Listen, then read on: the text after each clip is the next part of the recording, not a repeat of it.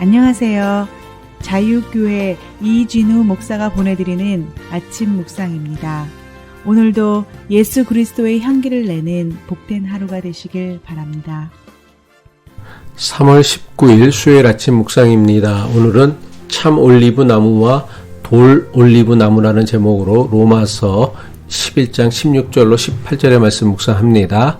만물로 바치는 빵 반죽덩이가 거룩하면 남은 온 덩이도 그러하고 뿌리가 거룩하면 가지도 그러합니다. 그런데 참 올리브 나무 가지들 가운데서 얼마를 잘라내시고서 그 자리에다 돌 올리브 나무인 그대를 접붙여 주셨기 때문에 그대가 참 올리브 나무의 뿌리에서 올라오는 양분을 함께 받게 된 것이면 그대는 본래의 가지들을 하여 우쭐대지 말아야 합니다. 비록 그대가 우쭐댈지라도 그대가 뿌리를 지탱하는 것이 아니라 뿌리가 그대를 지탱한다는 것을 명심해야 합니다. 바울이 로마교회에 편지를 쓰는 이유 가운데 하나는 로마교회의 이방인 그리스도인과 유대인 그리스도인 사이에 있었던 갈등을 해결하기 위함입니다. 비록 바울은 로마교회를 한 번도 방문한 적이 없었지만 여러 사람을 통해 로마교회에서 일어나고 있는 신학적 문제와 갈등에 대해 잘 알고 있었습니다. 특별히 로마교회의 이방인 그리스도인들과 유대인 그리스도인들 사이의 갈등과 다툼이 있었다는 것을 안타깝게 여겼습니다. 로마교회를 방문하기를 간절히 소망했던 바울은 자신이 로마를 방문하기 전에 편지를 보내어 로마 교회의 갈등이 어느 정도라도 해결되기를 기대했습니다.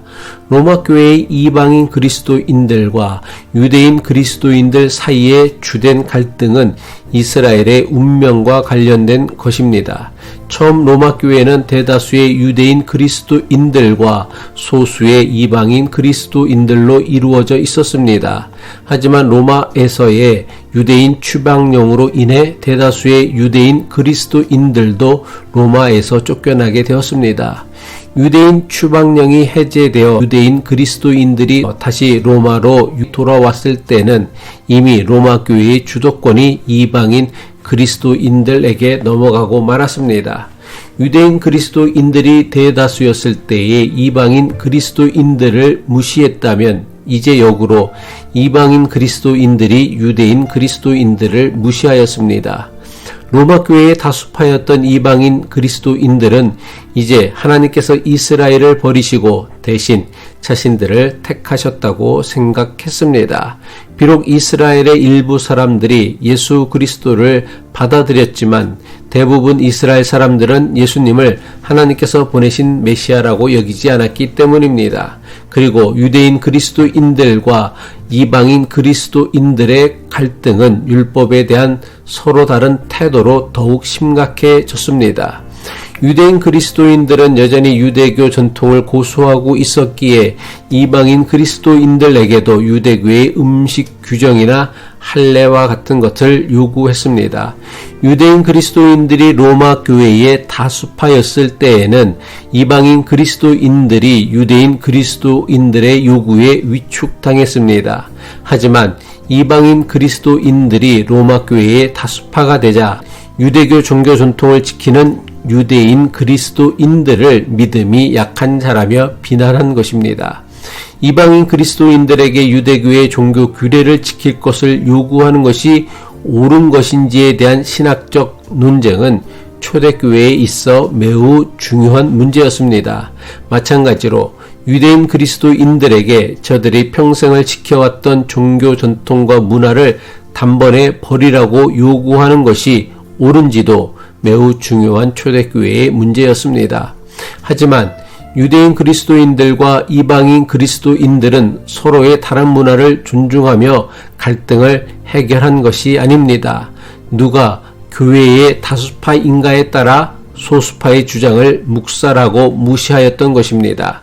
물론 다수의 주장과 의견이 존중되어야 하지만 소수의 주장이나 의견을 힘이나 숫자로 억누르려고 하는 것은 세상의 방식이지 교회의 방식이 되어서는 안 됩니다. 당시 로마 교회는 이방인 그리스도인들이 다수였고 유대인 그리스도인들이 소수였습니다. 로마 교회의 다수였던 이방인 그리스도인들이 소수였던 유대인 그리스도인들에 대해 우월 의식에 사로잡혀서는 유대인 그리스도인들을 무시한 것입니다. 오늘 묵상하는 말씀은 이런 상황을 너무나 잘 알고 있었던 바울이 로마 교회의 다수였던 이방인 그리스도인들을 향한 엄중한 경고입니다. 로마서 11장 17절이죠.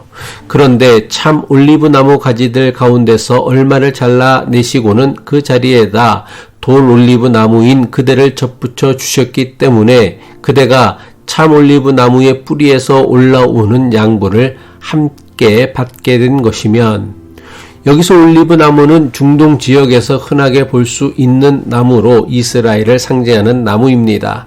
한글 개역 성경은 올리브 나무를 감람나무라고 번역했습니다.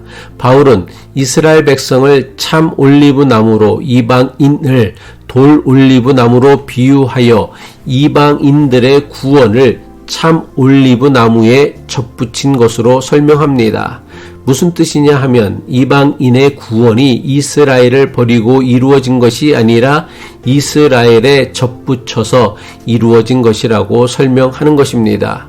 바울은 돌 올리브 나무로 비유된 이방인 그리스도인들은 참 올리브 나무로 비유된 유대인 그리스도인들의 종교적 유산이 없었다면 저들의 구원도 가능하지 않았을 것이라고 주장합니다. 로마서 11장 18절이죠. 그대는 본래의 가지들을 향하여 우쭐대지 말아야 합니다. 비록 그대가 우쭐댈지라도 그대가 뿌리를 지탱하는 것이 아니라 뿌리가 그대를 지탱한다는 것을 명심해야 합니다. 이러한 바울의 주장은 단순히 로마 교회의 소수였던 유대인 그리스도인들을 변호하기 위한 것은 아닙니다. 바울은 수적 우세를 앞세워 자신만이 옳다고 주장하는 배타적 태도에 대한 영적 교만을 경고하는 것입니다. 접붙인 가지가 살 수 있는 것이 가지 때문이 아니라 뿌리가 든든하기 때문입니다. 마찬가지로 서로 다른 사람들이 서로 연결되어 하나의 공동체가 되는 것은 전적으로 우리 모두를 받아주시는 하나님의 은혜와 포용 덕분입니다. 우리는 하나님의 은혜로 접붙여진 존재이기에 누구도 자랑할 수 없고 누구도 배제할 이유가 없습니다. 우리는 뿌리이신 하나님께 붙어 있는 서로 다른 가지일 뿐입니다. 기도하겠습니다. 우리의 뿌리가 되시는 하나님 아버지, 교회 안팎에서 서로 다른 경험과 문화를 지닌 이들을 만날 때마다 나와 다른 이들을 배제하고 정죄하지 않고 품을 수 있는 포용을 배우게 하옵소서.